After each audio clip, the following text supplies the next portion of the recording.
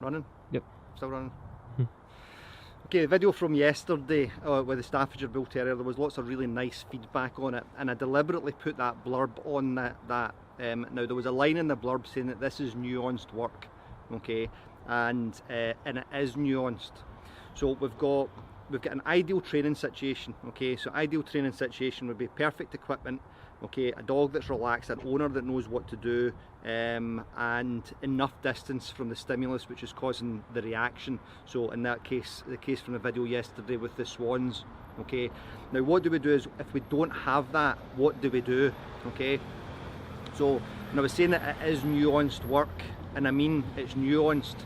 So there was a video I was watching recently about on YouTube, and it was on a book called The Laws of Human Nature, and they were saying that one of the very last law says that what are you saying? What have you got?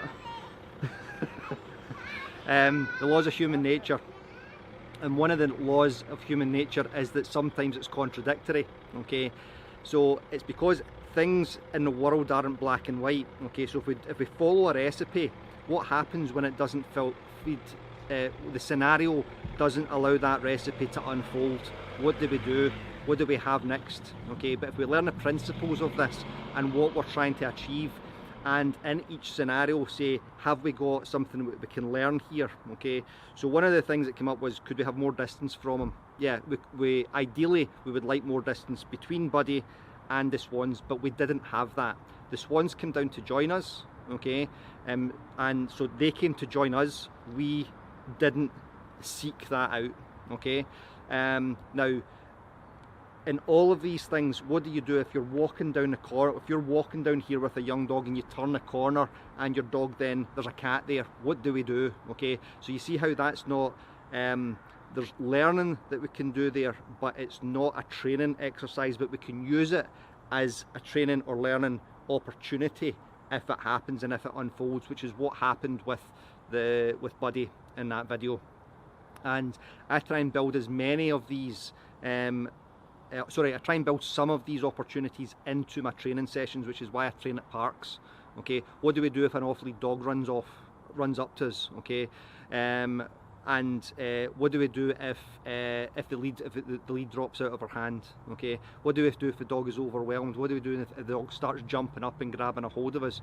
So in all ideal situations, these things would never happen, but life is not like that.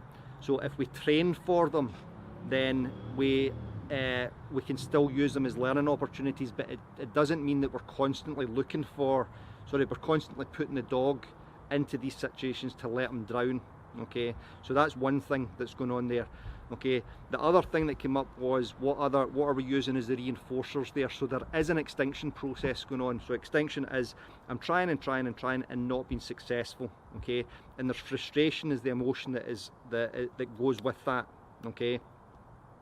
Now, if we get frustrated, okay, if we get frustrated and we're with somebody who is there to love and support us, that can help us through that process.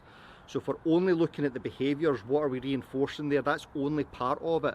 And if as we're working through more emotional stuff, again, it becomes more nuanced, and this is where your empathy starts coming in and saying, what would help me here? And yes, the dog is not exactly the same as humans, but they are similar enough under certain situations that can work, okay. So the other questions came up when I saw it had been shared, and thank you for sharing it. It's really useful that it's been shared, and I genuinely thank you for sharing it. We always get, I wouldn't have done that, or what I would do is, okay. And that Monday morning quarterbacking, or the pundits that at the end of the football match turn around and say, we should have done this and you should have done that, okay, 2020 hindsight, we used to call it in my previous job, okay. Everybody's an expert after the fact, okay, and I'm not trying to be disrespectful there. Things just get thrown up sometimes, and that's why I put these videos out, to see we can have a learning opportunity here, okay. And lastly, the other question that came up was would this work under X, Y, and Z? And the answer to that is it might, okay.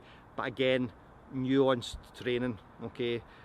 So there's a lot in that, and a lot in the feedback that I got from it, and it's hugely welcome, because it's only through having these discussions and these questions popping up, and in a constructive manner, okay, that we can have this discussion about it.